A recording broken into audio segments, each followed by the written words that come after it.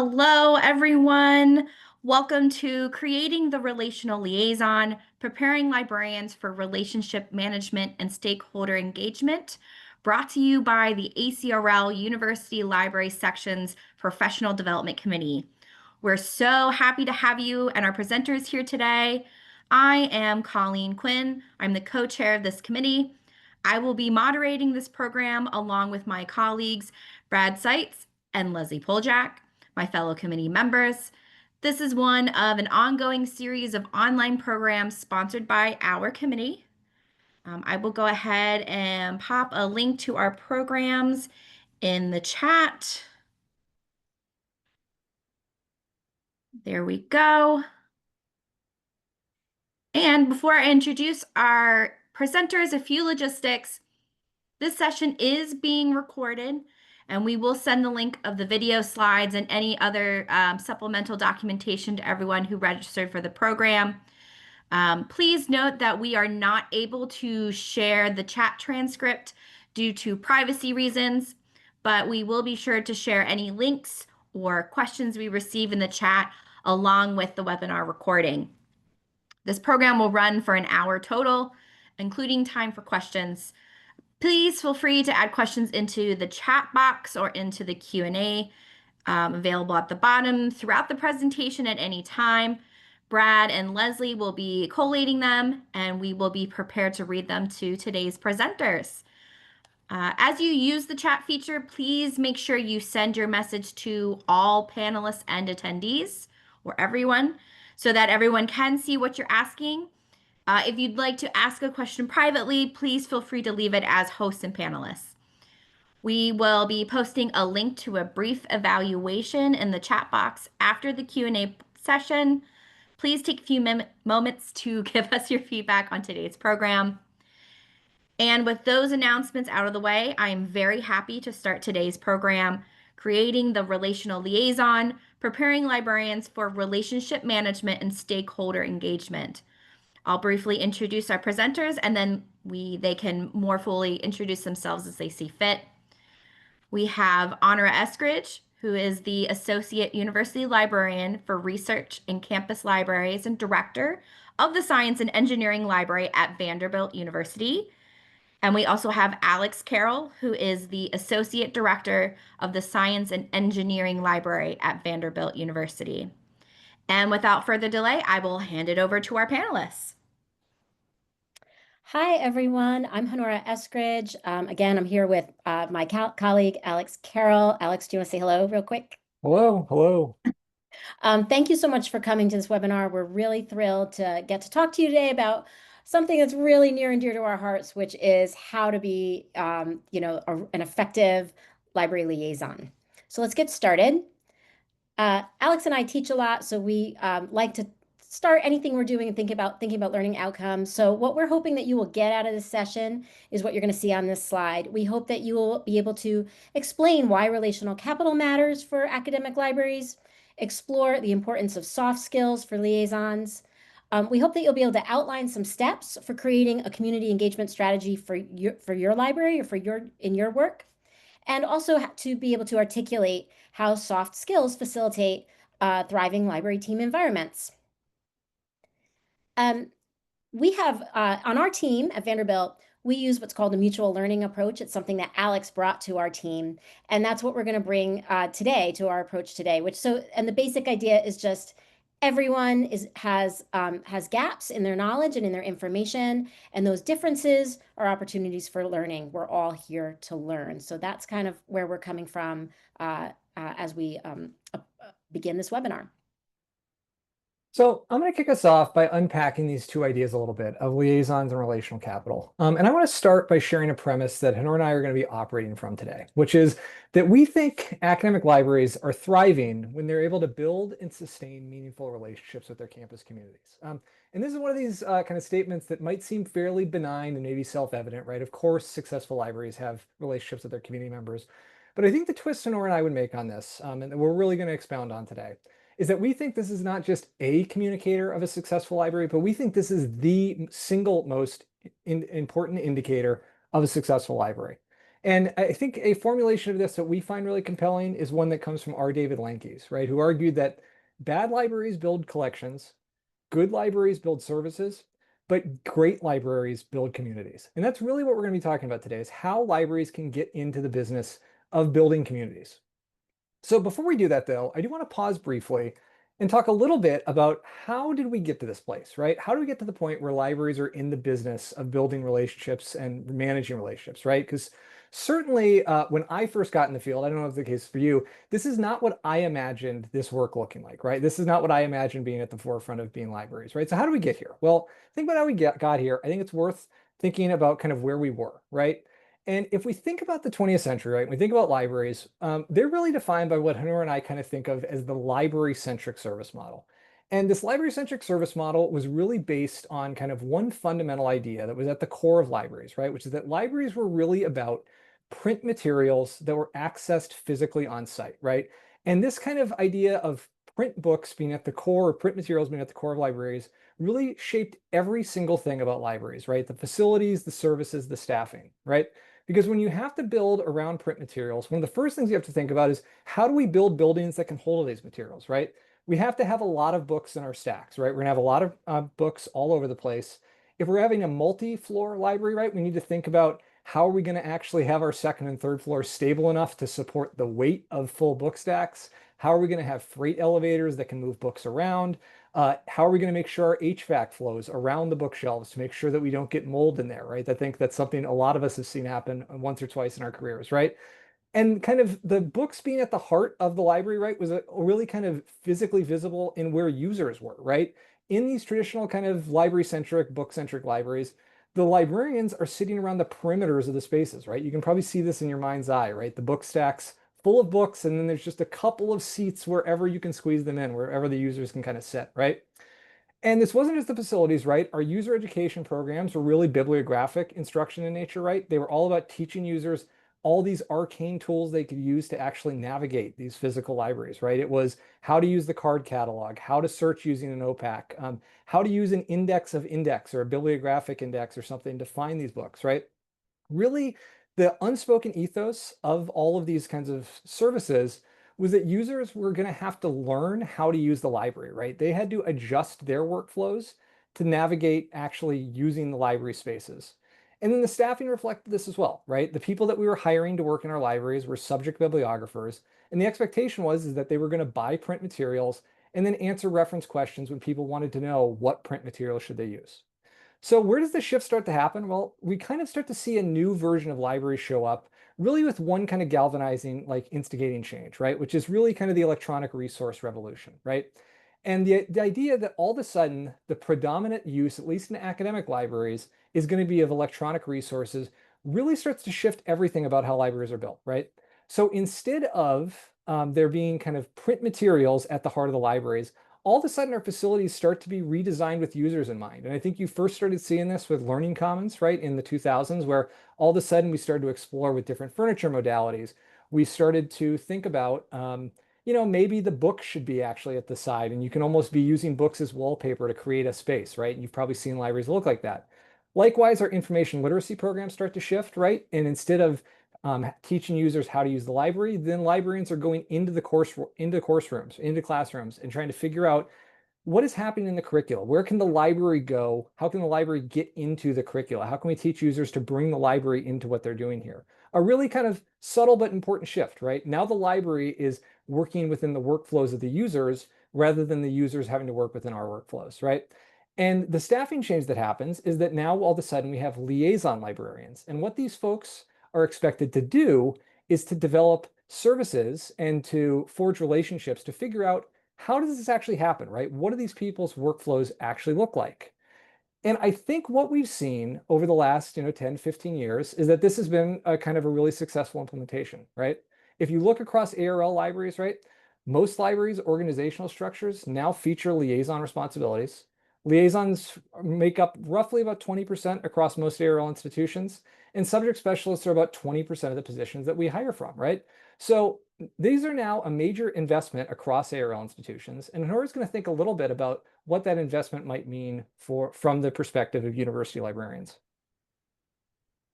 So Given that significant investment, what do we think our administrators expect us to achieve in terms of a return? So what do they want to get back for making that investment in so many positions? Well, we would argue that what they want are relationships that benefit the library. They expect liaisons to go out and build positive relationships across our stakeholder communities that will help the library achieve its goals. Through the work we do with our faculty and students, we're making deposits in a bank account of sorts that our leaders can later cash in on, and we call this relational capital. Next slide. Another way to think about this is in terms of politics. Look, our organizations are run by human beings, and whether we like it or not, politics do make the wheels turn. And so a liaison's job is to build up the political power of the library within the institution.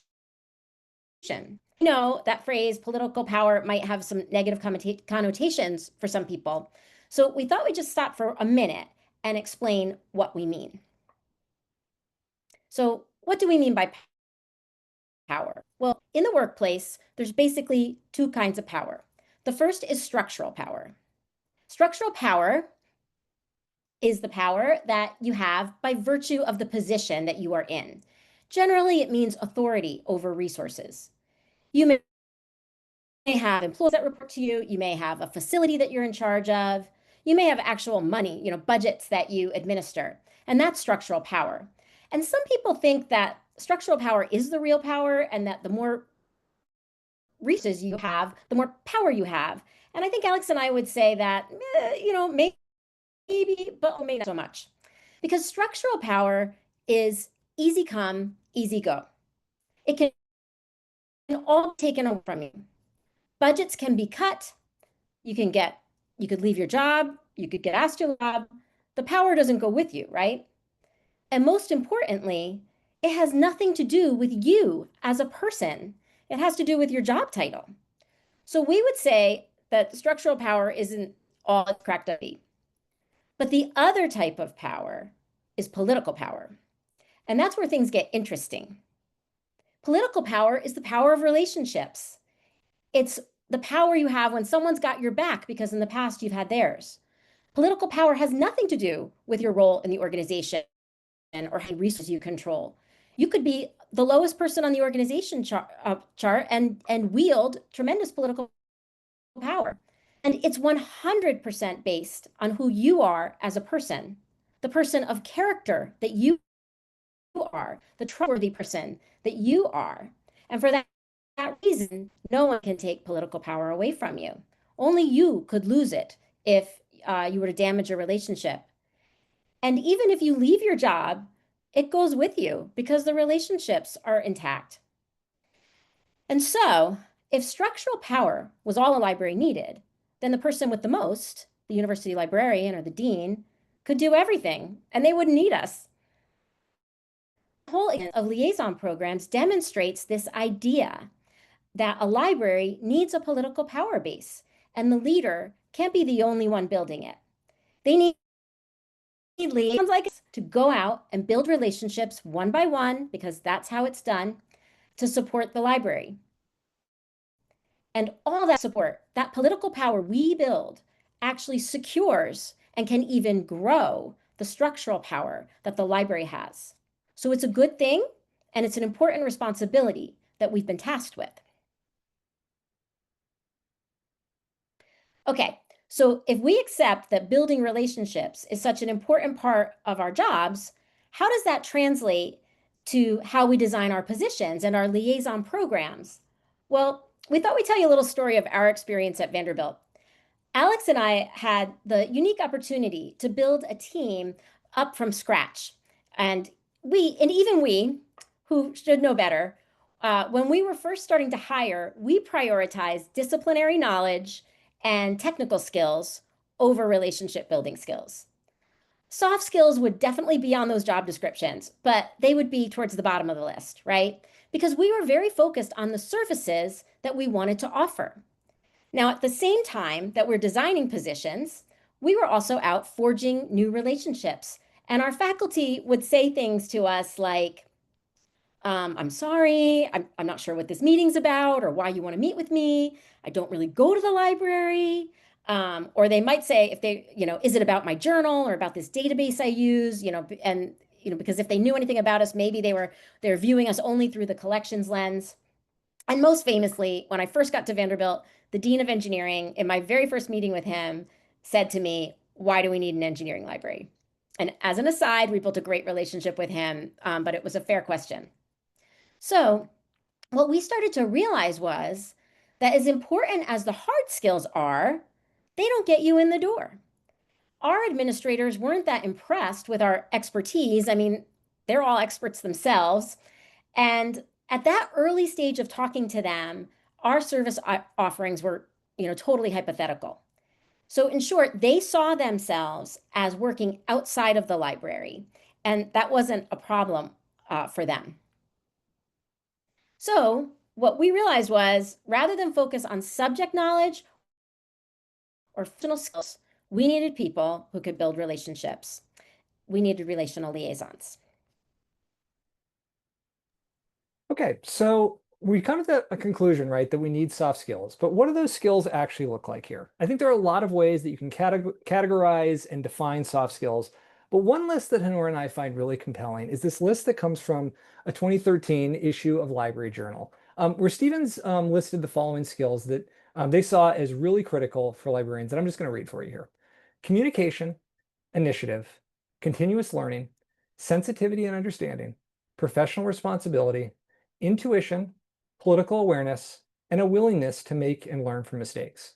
And what really jumped out to Honora and I when we saw this listing here is that when we think of the library colleagues that we've had across our careers, who we have the most respect for, who we really enjoy working with, these are the types of ways that we would have described them, right? These were folks who were intuitive thinkers, that they had a political savviness, that they were able to take responsibility for their actions, but they were also sensitive to the needs of others, and they always wanted to learn more things, right? And what seems to us is that if these are the kinds of skills that make for great relationships within a library, these are likely the skills that are going to be really useful when we're forging relationships outside of the library as well. So what are we trying to do when we put these skills to work? Well, we think there's two things we're really aiming for when we're engaging with our community members. We're trying to facilitate empathetic understanding with folks, and we're trying to create rapport with them. So let's unpack both of these ideas a little bit here. So empathetic understanding is really all about demonstrating that we care about the needs and the values of our community members and our stakeholders. And this, again, is one of these ideas that maybe sounds self-evident. Of course, we should care about these folks' needs. But I think there's something a little bit more provocative that we're aiming for here, right?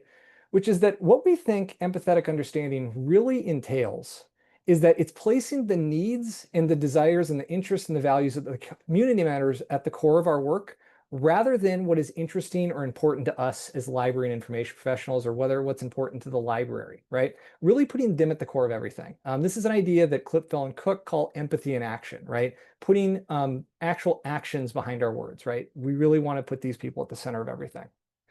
In order to do that, right, it's really essential that we have to identify what these folks' unique priorities and initiatives are, right? And recognizing that the needs and priorities of different stakeholders are going to be different from one another. They might be very tangential to one another. They might even run contra to one another, right? It's going to be difficult. There's going to be things for us to balance here. And then once we have some of those ideas in mind, right, about what is important to those folks, what we're going to do when we're engaging with them is we're going to use the what's in it for me principle, right? We're going to think about what's important to them and foreground that in the discussion, right? The what's in it for me, right? This comes from Char Booth's Reflective Teaching and Effective Learning. She was talking about it in the context of information literacy instruction, right? Booth was saying that when we're thinking about the students in front of us, what we want to do is we want to think about the assignments they have to do and really frame what we're talking about in terms of their learning priorities, right? And what we've found is that this approach works just as well in meeting engagements as well, really thinking about all of the content in terms of the stakeholder in front of you. And then perhaps the most empathetic thing you can do, the greatest kindness you can do with a stakeholder or community member when you're talking with them, is respect their time by showing up on time and prepared to make the most of it. Anyone you're ever meeting with has a lot of other competing demands on their time, whether it's their professional responsibilities or their personal responsibilities, right? And so the least you can do is to be respectful of that. And we'll talk a little bit more throughout the talk about how to go about practically getting prepared for these talks. So once we're in the room, right, what are we trying to do? Well, what we're trying to do is create rapport. And people feel really more connected to you if they believe that you actually care about their concerns. And a great way to express that you have genuine care for their concerns is to use authentic questions to discover what their needs are. Now, authentic questions, I've got them in italics, right? An authentic question has two components to it, and this comes from meeting facilitation, right? An authentic question is a question that you, one, do not know the answer to, and two, want to know the answer to. And it seems like, well, why would I ask any other type of question, right? Shouldn't every question be authentic? And I would tell you that you would know a disingenuous question when you see one, and you probably have, right? If you think about some of the most unpleasant or contentious interactions you have in the workplace meetings, oftentimes they involve someone asking a disingenuous question where they know the answer, right? They just want to make you say it for some reason, right? They want to have some sort of power over you in that moment, right? It's a really, really alienating, really awful feeling to put someone into, right? So we're only going to ask authentic questions when we're trying to create rapport. When we're hearing folks' answers to authentic questions, what we're then going to do is hear what they're saying, think about what the library is already doing or what the library could do, and translate those initiatives into the terms and language that the person is using, right? That what's in it for me, connecting with the person in front of you. And then following up on what we're hearing, what we want to do is we want to make sure we're taking notes either during or immediately after the meeting so that we can follow up on build on what we discussed, right? Sometimes this is really hard to do by yourself. So sometimes it might be helpful to bring a colleague along when you're doing some of these high stake meetings. So you could take turns doing the speaking or take turns doing the note taking, right? And you can also check for understanding afterwards with each other. And then finally, one of the things, right, is that ideally this meeting is going to go great. It's going to be easy. Y'all are going to be fast friends, right? But inevitably, and I can tell you having worked with science and engineering faculty, right, this is not going to be the case every time, or maybe not even the third or fourth time, right? And so it's really important that even if you're running into a little bit of a stone wall or someone's being a little aloof or a little disengaged, you have to keep being warm and you have to keep putting your best foot forward here. And what I would say is that, this 4 bullet points, this is much easier said than done. And one of the things Honora and I always really want to acknowledge when doing this, right, is that using soft skills like this is hard, right? It is not an easy thing to do, right? And a lot of times it is going to be tempting to do anything else, right? It's going to be really tempting to try to knock off anything else in your to-do list before going out to do these kinds of meetings. You're going to want to be George Costanza, hoping the other person doesn't show, right? But it is absolutely essential that we embrace this difficult kind of work and recognize that we can learn how to do it. And Honora is going to talk a little bit more about approaches we can use to do that. Yeah, we have a little George in us, don't we? So yeah, it can be hard even if you like to do it. But these skills are learnable, and it's not about natural traits. I think sometimes we might think that some people are just better at this than others. And Alex and I, if there's one thing we want to put out there today, we don't want anybody out there thinking that that they can't do this because I don't know, they're an introvert or whatever. It's just not me, I think it's important to realize every person brings a mixture of traits that are both a help and a hindrance to this activity. And it's different for every person. So you work on your strengths and you try to minimize your weaknesses. It requires practice, like teaching, right? Which many of us had to learn on the job. And accepting that there's going to be a certain amount of failure. But it's the critical part of the job, so you have to do it. And some relationships are going to be easier than others. You may click with some people, others you will not. But remember, it's a professional relationship so that you're trying to create, not a personal one. And if a relationship with a key stakeholder isn't taking off, you have to keep trying, even when you don't have an instant rapport. Okay, so we've talked a lot about doing this person to person, right? Building these relationships one person at a time, which is how it's done, right? But ultimately with our liaison programs, what we really want to do is we want to scale this up across departments, right? So how do you go about doing that? How do we make this work and impact at scale?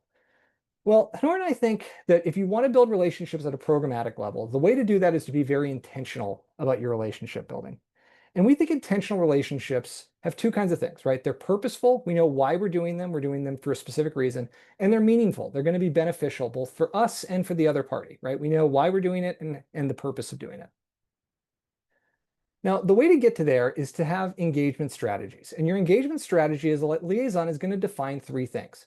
It's going to define which stakeholders to prioritize, what to communicate to those priority stakeholders, and how you're going to communicate to those. So let's think about each one of these ideas in turn. So of everything we're going to talk about today, when we've talked about this before, I think this idea of that we're going to prioritize some stakeholders is the one that is perhaps the most contentious and that Honora and I often get the most kind of pushback on, right? Because I think a lot of us, myself included, right? When we think about building relationships with the library, right, what we're really wanting to do, right, the temptation is to think, I'm just going to connect with the folks who already kind of they dispositionally already value the library, right? They see the inherent importance of the library, right? They believe in information literacy. They think primary literature is an essential aspect of everything. They already just serendipitously found their way to us, right? It's going to be great and it's going to connect, right?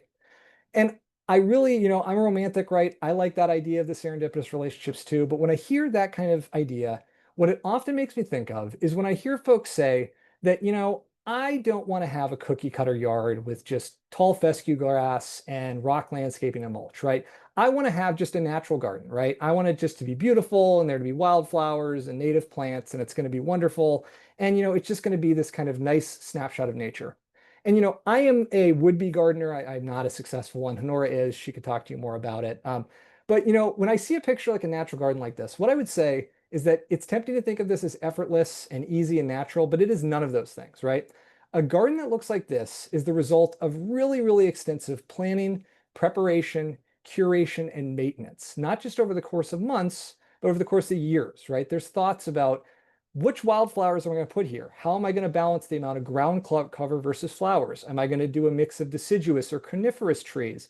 How am I going to put my pavers in here? Do we need partial sunlight, full sunlight? There's a lot to this, right?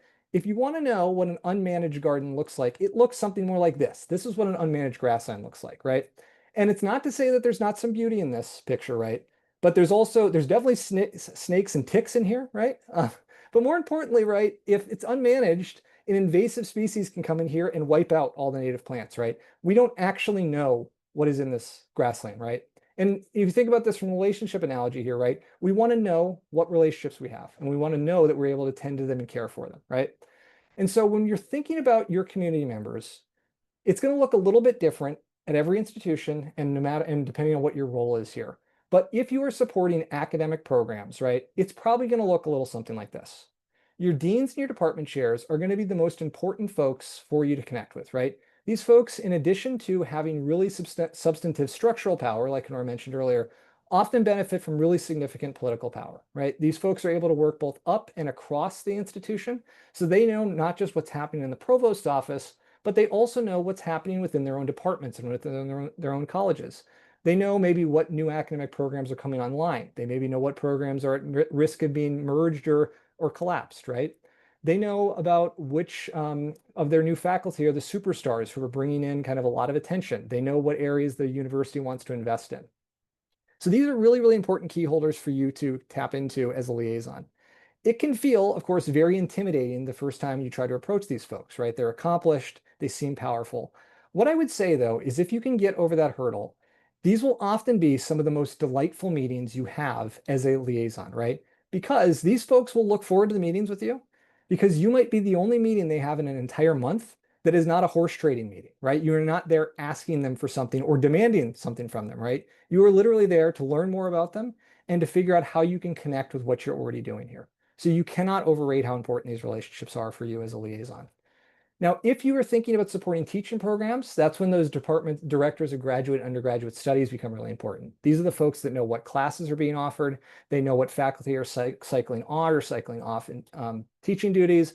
They know what the major capstone assignments are that the library could support, and so on and so forth, right? Really essential contacts for a teaching mission support. And when you're looking to get more into the research enterprise, that's when these tenure-track faculty, these principal investigators, and these center directors become really important, right? These are the folks bringing in large research funding. These are the folks doing a lot of the research, right? They're bringing in research scientists that are recruiting the graduate students. These are the folks that can really give you a pulse of and connect you into the research enterprise. This is not to say that you're not going to work with full-time teaching faculty or program coordinators. And in fact, right, these are the folks who will probably work with the most and will probably be on a first name basis with, right? It's just that you're going to work with these people in a matter of course. They don't necessarily need the same kind of strategic planning for you to build the relationships with in the way these other administrators do within departments. So once you've figured out who you want to talk to, right, what are you going to say to them? Well, the really successful engagements with these folks require preparation. And I think a teaching analogy makes a lot of sense here, right? You would not try to teach an information literacy class by just walking into the guest lecture and thinking, well, I'll figure out what to say when I get in there, right? Instead, what you're going to do is you're going to think really carefully about your learning outcomes, right? What do you want the students to get out of this session? And I think an outcomes approach is a great way to approach planning these engagements as well. Thinking through, what do I want to learn through this engagement? What do I want them to learn as a part of this engagement? And to go from there, right? And I think some guiding questions are a good way to approach this, right? So really start with, as we thought, this empathetic understanding. What matters to this person? What are their needs? And then thinking through, how can I connect what the library has been doing to those needs? And this should be the majority of the meeting planning, thinking in these two questions. Two other important questions to think about, though. One, what questions do I have that maybe they can provide different insights into? You know, a great example of this would be maybe you've heard rumblings in the faculty senate that someone's unhappy with the libraries, right? And I think Honora's smirking there because we've had this situation happen for us before, right? Maybe the dean or the department chair can give you an insight as to, is this kind of issue that's happening really a serious one, or is it something that you don't really need to worry about, right? Or, you know, what additional questions might they have from you? Maybe there's been rumors going around about a journal cut, and you know that they're going to ask you about the journal cut, right? You want to think about and be prepared to talk about it, and you want to think about how you want to talk about it. And this really is the third part of this, right? Is that just as important as what you want to say is how you decide to say it. And if we're hoping to engage in and create rapport and understanding, what you're really looking to do when you sit down with your community members is dialogue, right? And dialogue is necessarily going to entail a back and forth. You're both going to take turns sharing and talking and learning from one another. And this really separates itself from disseminating information, right? You do not want these meetings to be the in-person version of a library newsletter where you're talking in a bulleted list of here's all the things the library did, right? When you're disseminating information, you're not learning and you're not engaging with the other person, right? You're just talking at them. So after you've thought about kind of how you're going to communicate, right? The other thing we really want to think about is how you're going to sequence the content, right? You know what you want to say. When are you going to say it? This is more art than science, and it's going to differ from one person to the other. What I really like to think about is that if I know there's going to be one really difficult issue for us to discuss, I often like to put that kind of in the middle of the conversation, right? If I put it right at the front, at the top, it has the risk of derailing the whole conversation. That might be all we talk about for the whole half hour. And if I do the really tempting thing of putting it at the 28-minute mark, so I'm just going to slide it in under the door, well, then we're not actually going to have a chance for this topic to breathe and for us to maybe potentially resolve it, right? So put it right in the middle where we have a chance to talk about some other stuff at the front, really engage with the difficult concept, and maybe end on a nice, fun, breezy note at the end. And then finally, right, it is important to think about that your body language, your eye contact, your demeanor, all can either enhance or inhibit what you're saying, right? And that, it's really worth thinking about how you are communicating, not just the content, but also the tone and how you're present in the meeting there, right? So with that in mind, I'm going to turn it over to Honora for us to think about how this might work in practice. Okay, so we're going to take a moment, stop talking, and hear from you a little bit. So we've got some questions for you. You can answer in the chat, but first let me set up the scenario. You are a liaison for economics, and you want to ask your recently hired chair of the economics department for time in an upcoming faculty meeting. You have something you need to talk to them about. There's a new read and publish agreement that the library has signed that you want to tell them about. You're a little nervous, though, to announce the deal because you signed an agreement with one of their two major publishers. So you picked one, but not the other. So if you could get your fingers poised and get into the chat. First question, what communication medium should you use to make this ask?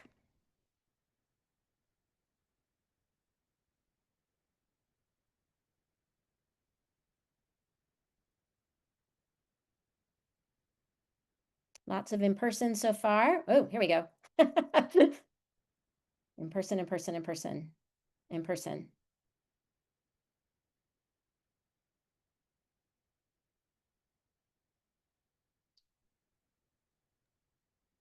A lot of in person, but a handfuls of emails and then a handful of in-person follow-up email or email to ask to meet in person.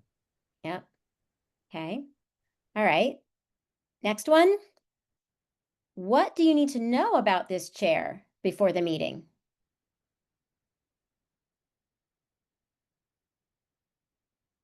What do you think you need to know?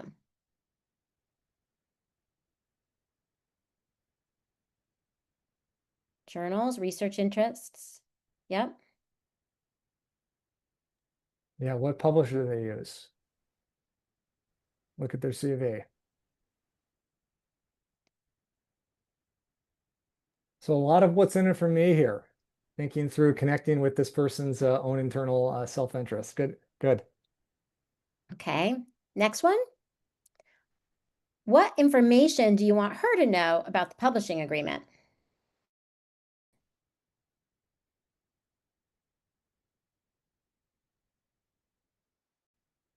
How it benefits the faculty? Benefits? Just how the decision was made? Important. Yep. Context. Yeah.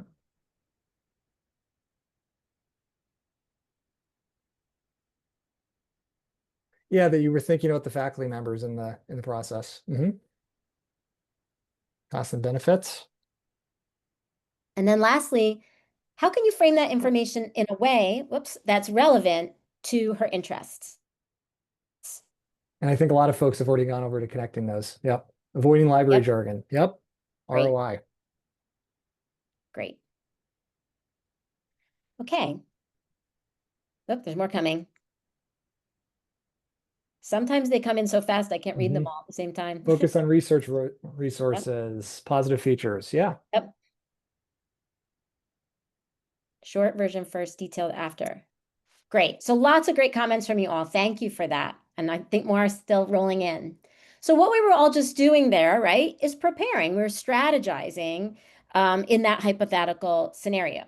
So what we'd like to do next is get you thinking about your real situation and how you might get started with engagement at your institution or perhaps reboot your process. And so what we would say is the most important thing is to be strategic. And to do this, you need to map out your approach. And it's summertime now, which is, of course, the perfect time for planning. So what we'd suggest is that you spend every summer, really, every summer, working on your strategy. And so this would mean taking a look at all the stakeholders that were in that pyramid that Alex showed you earlier and figuring out who you need to connect with, how you're going to do it, and when. And then you need to schedule it out. You want to plan your whole year around it and prioritize it. So set yourself up for success. Don't, schedule 10 meetings in September when you're too busy and it's just going to fall away, right? And of course, you want to think about the people you're trying to connect with and the flow of their year and when they're most likely to have time to talk. So schedule your year that way and then regularly check in on your progress and hold yourself accountable. So we've got a sense, right, of what the value of this could be, right, and how we could do it. Why do we think it's important? So if you wanted to create a culture of that values soft skills within your library, what approaches could you take to doing this? Well, we really think this kind of has to start at the leadership level, right? So if there are any library leaders on the call, what we would encourage you to think about is to take a look at your strategic planning processes, right? And think about how explicitly and how elevated are the importance of relationships and soft skills within your strategic plans, right? Is this something you explicitly say is important to your library and something that you value and try to create? And whether it is or not, we think it's important to then rethink about how you are describing and designing both your liaison models and your position descriptions to say that, right? Honora and I mentioned, right, earlier, we're as guilty of this as anybody else, right? When it comes to position descriptions, are the soft skills a final bullet on the position requirements, or are they up near the top, right? And what does that tell potential applicants, depending on where the bullet list is, right? Where these skills are.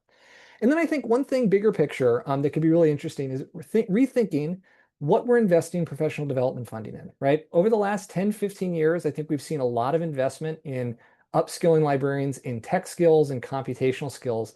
And I think it would be really interesting to think about what would it look like to invest more in librarians' ability to do this kind of relationship work, right? To improve and own their soft skills over time. Now, I think what really, though, well, it's important for library leadership to think about this. What might be the most important is for library managers. And speaking as one myself, right, I think the really important role for library managers here is to embrace hands-on coaching in this area, right? And really helping our liaisons develop their skills in this area here. And I think what this begins with first is really just making it clear that we think relationships are an indicator of a successful and productive liaison, right? These are a sign that a liaison is doing the most important work, right? That they have relationships with the important stakeholders in their communities. And in order to support our liaisons accomplishing that goal, what it's going to entail is us composing strategies with our liaisons, right? And creating standards of qualities that we can all agree to and work towards, right? We all know which stakeholders are important, and we all know kind of what it looks like to plan a meeting and how we're going to execute those meetings. The same way we would think about strategies around curriculum mapping for information literacy or designing one-shot instructions. We have best practices for those. We can certainly create best practices in this area as well. Just as important as kind of actually creating these standards, though, is creating feedback loops, right? How do we know where we are, right? How do we actually get better in this? How do we get continuing improvement? And I think a strategy that Honora and I have seen be really, really successful in our careers is taking a team approach to these relationship buildings, right? So if you are a library manager, right? If you and you are working with a dean, right, to build relationships, bringing your junior colleagues along with you and letting them see what a successful approach to this work looks like, right? So plan out the engagement strategy together, right? Start planning the meeting together. Practice the meeting together. Think through, like, if I say this, what might they say back? Or what order do we want to say this in? And then after the meeting, debrief it together, right? What went well? What didn't go so well? And I think oftentimes what you'll find is that you actually just get to celebrate the meeting together. It's one of the things Honora and I have found throughout our entire career is that a lot of times we're George Costanza, right? We're dreading this meeting. And as soon as we walk out of it, we laugh. Oh man, another tough one. Because these are often delightful, right? A lot of times they're the most fun thing we can do. And so it's so empowering for us to model these successful behaviors for our more junior colleagues. Now, if you're a hiring official, right, I'm sure there's a lot of folks that are either hiring officials or have been on search committees in these groups, right? One thing I would encourage you to do is to try to use your interviewing process to select for folks that have an interest in developing their soft skills, right? Create an interview day that's around dialogue, right? Don't make the interview day just about the candidate disseminating information and talking at the people about all of their technical acumen or their disciplinary expertise, right? Give them the opportunity to engage in dialogue. Give them the opportunity to build rapport with folks over the course of the day. And then when you're evaluating candidates, don't just evaluate how many years technical experience they have, but evaluate, right? Was this person curious, right? Did they ask questions? Were they trying to connect with people throughout the day? Are they going to be someone that's going to want to do this kind of relationship work? So I do want to pause to say that I think probably most of the folks on this call, right, are not, a library leader or a library manager, right? You're probably someone who has liaison duties, right? Or you might be a library school student who's thinking about wanting to get into liaison work. So we want to close the talk by talking to you all directly, right? And the thing I really want to emphasize, right? And, Honora and I are both previous liaisons, right? This is what we think is some of the most beautiful, important work in libraries, right? For a liaison, right, soft skills are going to be the critical infrastructure for your career, right? These are the most important skills that you can have as a liaison, right? These are going to be the skills that help you build that political power at your institution. They are going to get you friends and allies across the entire institution, right? They're going to get you invited into meetings. They're going to get you included in conversations, CC'd on emails, right? These are, your technical skills are important, right? Your technical skills are the cars on the road, right? The soft skills are the actual road itself, right? They're going to be what allows your hard skills to get implemented, right? You don't want to be like we were, right, talking hypothetically about these technical skills to a scientist who isn't all that interested, right? The soft skills are really the important thing. The other great thing about soft skills, right, is these skills, to mix metaphors here, are also evergreen, right? These skills were really valuable 20 years ago. They're going to still be really valuable 20 years from now, right? These are skills that you can build a lasting career around, right? And I think this kind of resiliency is really important right now when we're really in kind of a turbulent time professionally, right? We've got a lot of folks who are questioning the value of going to higher ed, right? We've got political turbulence, right? And we certainly have technological upheaval, right? And so you want to build your skill set around something that's going to be built to last. And if you are someone who is totally sick of hearing how AI is going to get rid of libraries and get rid of higher ed, what I would tell you, right, is that the ability to express empathy and generate rapport with your community members are going to be the last things that a large language model can do, right? These are absolutely skills that are going to outlast the current AI, or the most recent tech hype that you're going to see, right? So with that, Honora, why don't you take us on home? And so to conclude, We hope that our talk today shows how successful liaison programs embed the library into the life of the university through those relationships that we build. And those relationships are the result of strategic effort from the liaisons with coaching from their managers and support and investment of library administrators. And lastly, a library that enjoys meaningful relationships across campus has political power that it can draw on in times of need. We've included some resources we use to do this talk. And next slide, a listing of some of our publications, if you want to learn about our approach, including one called Why Do We Need an Engineering Library? Because that really stuck with us. And then lastly, I couldn't let you go without telling you that Alex and our other teammate, Josh Boritz, have a brand new book coming out this fall called Essentials of STEM Librarianship. And we're really excited about that. So please check that out when it comes out in October. We thank you for your time. And now we would love to answer your questions.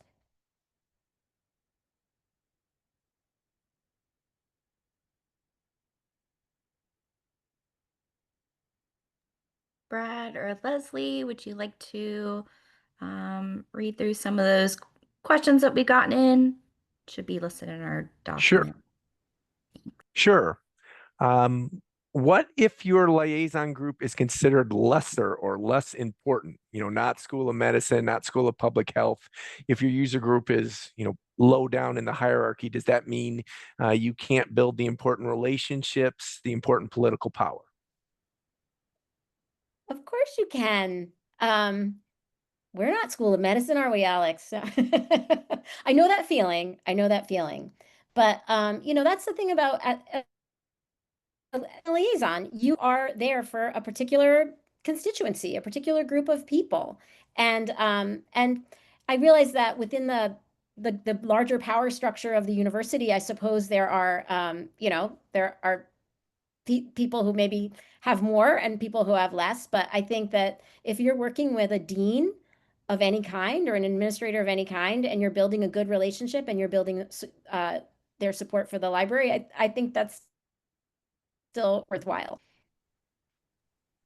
Yeah, and then the other thing I would say, right, is that, I think you constantly find people who, even from the outside, you would think that this is a very powerful person, and they never interpret themselves as that way, right? Honora and I joke all the time that, we will meet principal investigators who have a graduate, lab, have 10 graduate students in their lab. They have an R01 NIH funding, right? And they think that they can't get anything done on campus because nobody listens to them, right? So I think a lot of times kind of people's perception of their power is relative, right? And there's always someone that seems more powerful than you on campus. I mean, even I'm sure if you could give our chancellor truth serum, he would talk about how the board of trust has his, has him in handcuffs about the decisions you can make, right? So I think power is always relative, right? And I think there's always an opportunity to build important relationships. And as Honora said, I think the important thing about political power is that it's not zero sum, right? And that you can build more political power, right? Relationships can always continue to build, right? And so just because you're starting from a smaller space, right? If you're working with the college, arts, an arts and letters college as opposed to a school of engineering or school of business or something, that doesn't mean that you can't build the pie, so to speak. And I would just add on to that, just related to political power, the most politically savvy people I've known in my career, who oftentimes were, deans and people who had a lot of structural power, they wanted to know everybody. They wanted to know and so they saw value in knowing people and connecting with people and having relationships with people who had, very little structural power, right? And so when politically savvy people get that every relationship is worthwhile, it tells me that, that's how I should apply the same. All right, thank you. So a couple from the soft skills section from a while ago. I believe in the soft skills and the approach you recommend, but is there any reason this should be tied to a liaison model? Can't smaller libraries that forego such models in favor of generalists or even work specializations and still apply these principles? That's the first question. Yes. I mean, yeah, I don't know. I don't mean to be flippant, but yeah, I mean, absolutely, right? I think, the framing that we've talked about, it's from the liaison because that's what Honora and I think a lot about, right? I manage a team liaison. Honora manages several libraries that are largely made up of liaisons. So that's our frame of reference, but I think you could give this talk about the importance of soft skills really within any aspect of a university library, whether it was a major R1 or a small college and liberal arts library. I think they're essential for everybody. Very good. And then another soft skills, how do you think the modern academic library focus on innovative and measurable programming interacts with the consistent emphasis on core services from our served communities?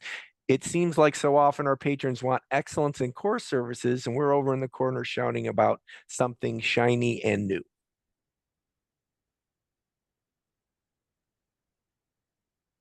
I'm not 100% sure I know what you mean by that.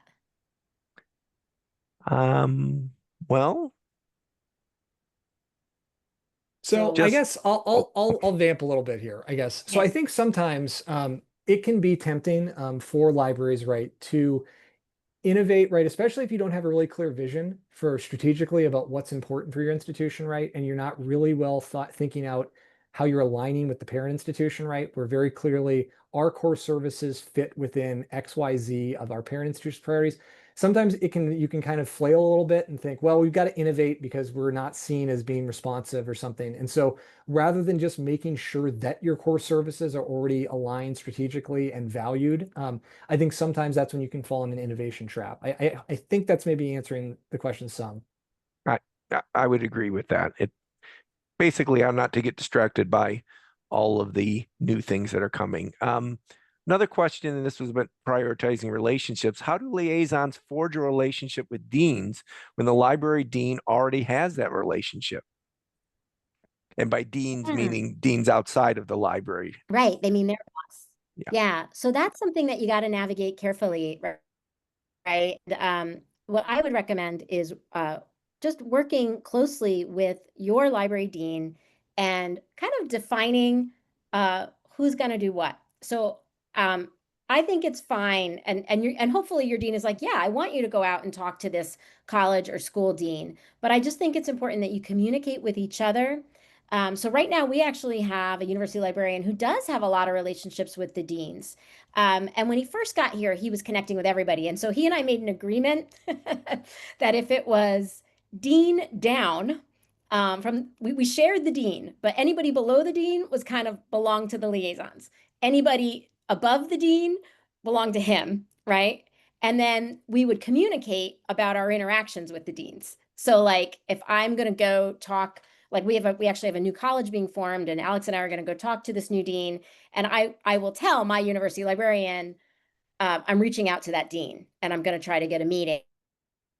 So or if the campus libraries that report to me, they always tell me when they've met with their dean, either before or right after, so that I can keep our university librarian filled in. So what we decided and agreed upon was that as long as the left hand knows what the right is doing, more good relationships with the dean, the more the better, right? And of course, we want to be consistent in our messaging. But I think just kind of negotiating something like that and making sure you're on the same page is what matters. Very good. And do you have any suggestions for how to justify to library and campus administration the extensive time needed for relationship building work when this type of work sometimes or often can't be quantified or easily measured?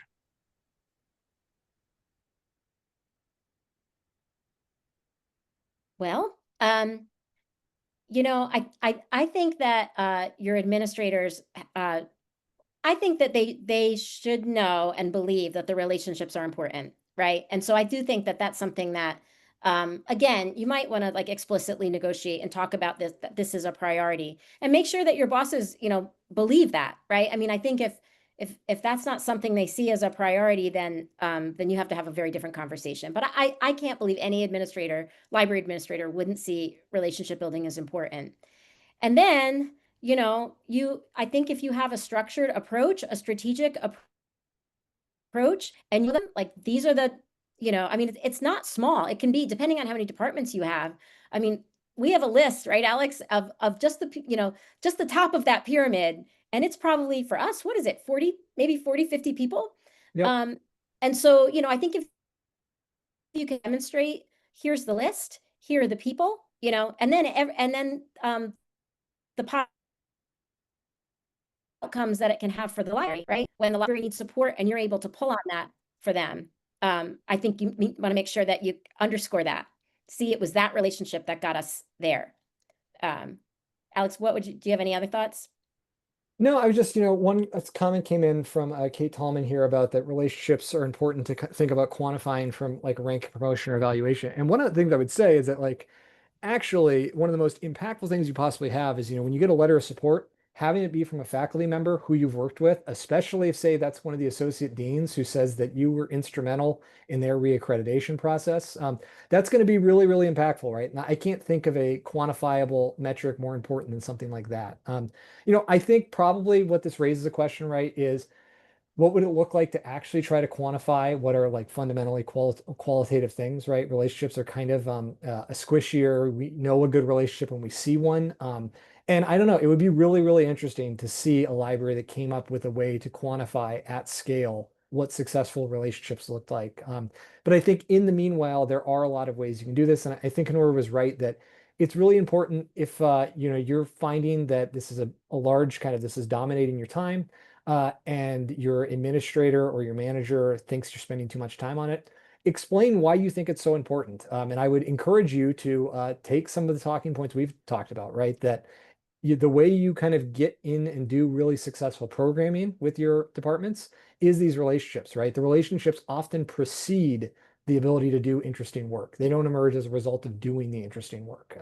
You have to, a lot of times, do the relationship building first.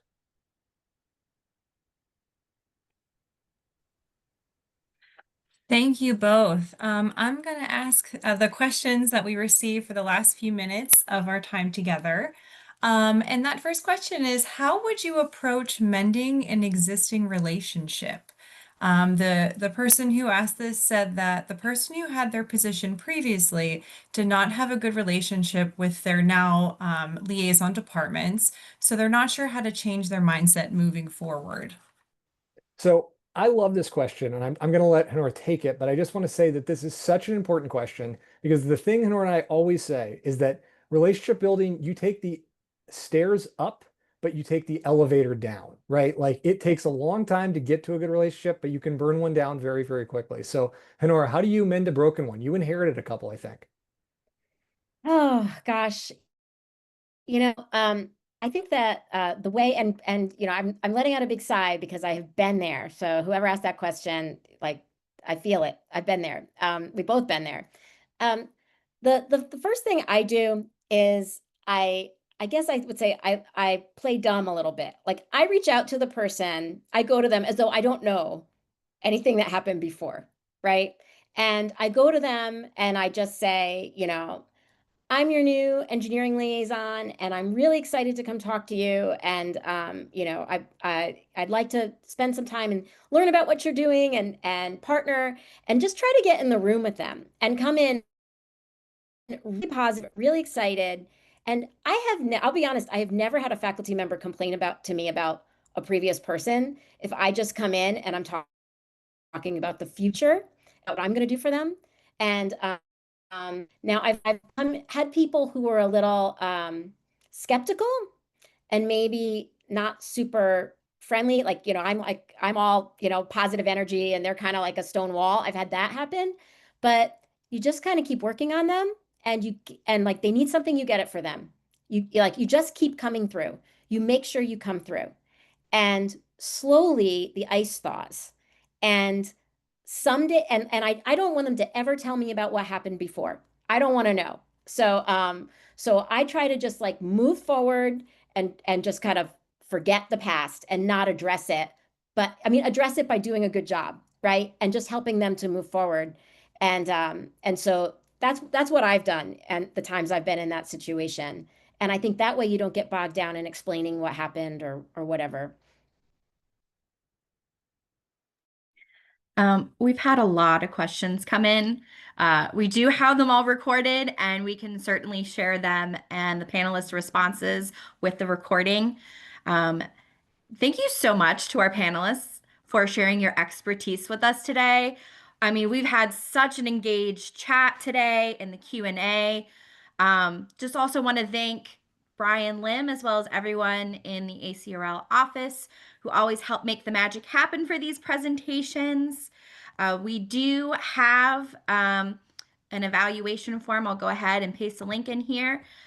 Please remember that we will send a link to the recording and any other supplemental documentations for this session when it is available. So keep an eye out on your emails. And just again, another reminder to please fill out that brief evaluation. And thank you all so much for coming today.